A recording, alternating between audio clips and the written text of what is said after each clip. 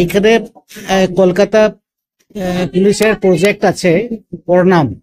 এই প্রণাম প্রজেক্টে যত সিনিয়র সিটিজেন আছে, যে ওনার থানা আন্ডারে যত সিনিয়র সিটিজেন, সেই সিনিয়র সিটিজেনকে হেলথ চেক আপ প্রোগ্রামটা আজকে হচ্ছে। অন্তত 35-40 জনের এখন পর্যন্ত হয়ে গেছে।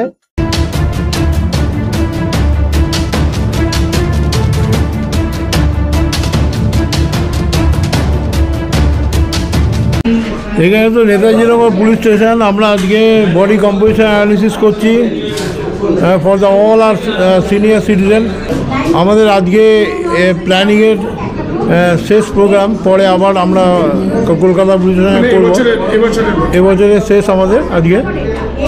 সম্প্রতি কলকাতা পুলিশের অন্তর্গত নেতাজি নগর থানাতে হয়ে গেল সিনিয়র সিটিজেনদের জন্য এক হেলথ চেক আপ ক্যাম্প।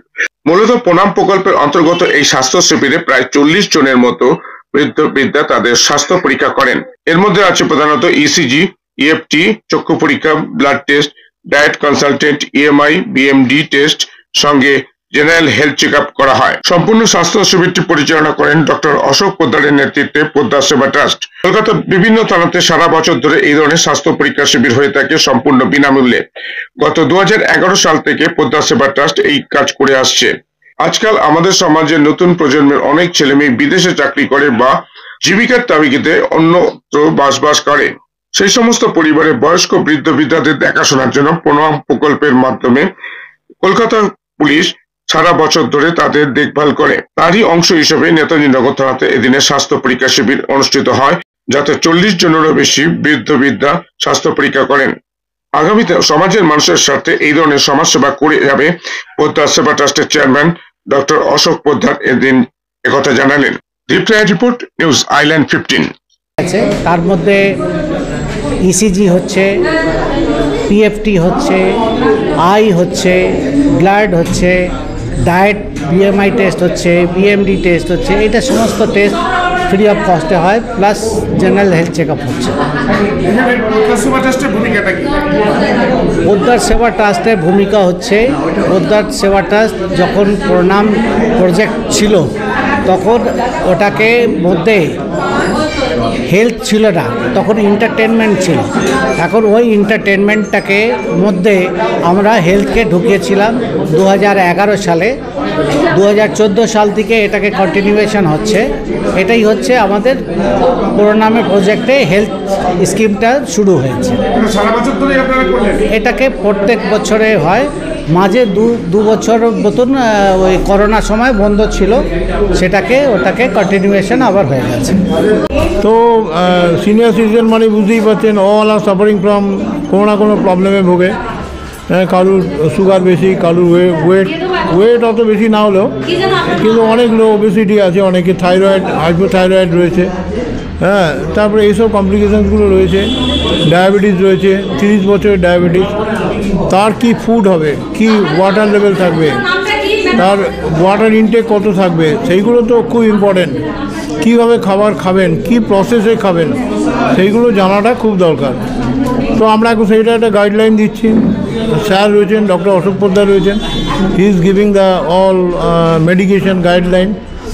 তো তারপরে আমাদের চোখ দেখছে ওরা, এখানে ইসিজি হচ্ছে, তারপরে ইউরিক অ্যাসিড হচ্ছে।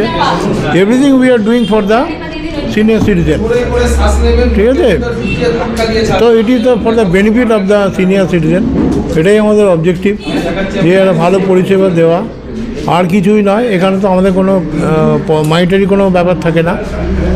Always we are giving some help regarding medication and everything which is most required now. Senior citizen মানেই বুঝতে পারছেন, দে আর সারা জীবনের শেষের সময় তারা যাতে সুস্থ ভালো থাকেন তারই একটা প্রিপারেশন। যেরকম চলতে থাকবে। প্রত্যেক বছর এটা সপ্তাহে প্রত্যেক থানাতে হয়। শুধু কি কলকাতায় হয় নাকি? না, এটা কলকাতার জুরিসডিকশনে যত পুলিশ স্টেশন আছে ওইখানে। কলকাতা বাইরে হবে না। কেন এটাকে কলকাতা বাইরে পোদ্দার সেবা ট্রাস্ট করে, যেরকম কল্যাণীতে করে, সেটাকে যেরকম গভর্নমেন্ট সংস্থা যেরকম পোস্টাল ডিপার্টমেন্ট আছে ওইখানে করে, বড় বড় যে তোমার ইন্ডাস্ট্রি আছে ওই ইন্ডাস্ট্রিতে চেক আপ প্রোগ্রাম করে। এটাই হচ্ছে পোদ্দার সেবা ট্রাস্টের হেলথের।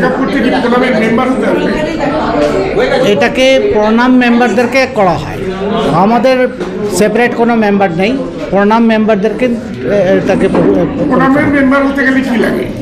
সেটা তো যে থানার আন্ডারে থাকবে সে থানার ওইখানে একটা কার্ড দেবে, ফর্ম দেবে, ফর্মটা ফিল আপ করতে হবে, তার চেক আপটা করবে যে ওর একা থাকে না ওর পুরো ফ্যামিলি নিয়ে থাকে, সেটাকে দেখে তারে ওরা মেম্বার করে। ফর সিনিয়র সিটিজেন, হ্যাঁ ফর সিনিয়র সিটিজেন।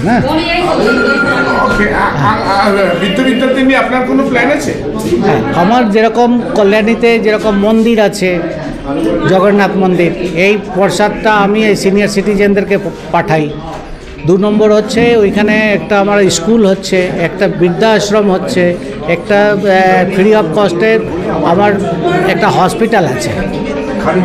এই হ্যাঁ, এটা বৃদ্ধাদের জন্য ওটাকে করা হয়েছে। একটা ওইখানে গশালা আছে, সেটাকে সমস্ত পুজো আর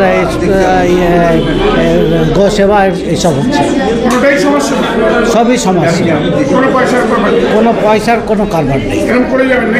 এটা যতদিন ভগবান চাইবে ততদিন হয়ে যাবে।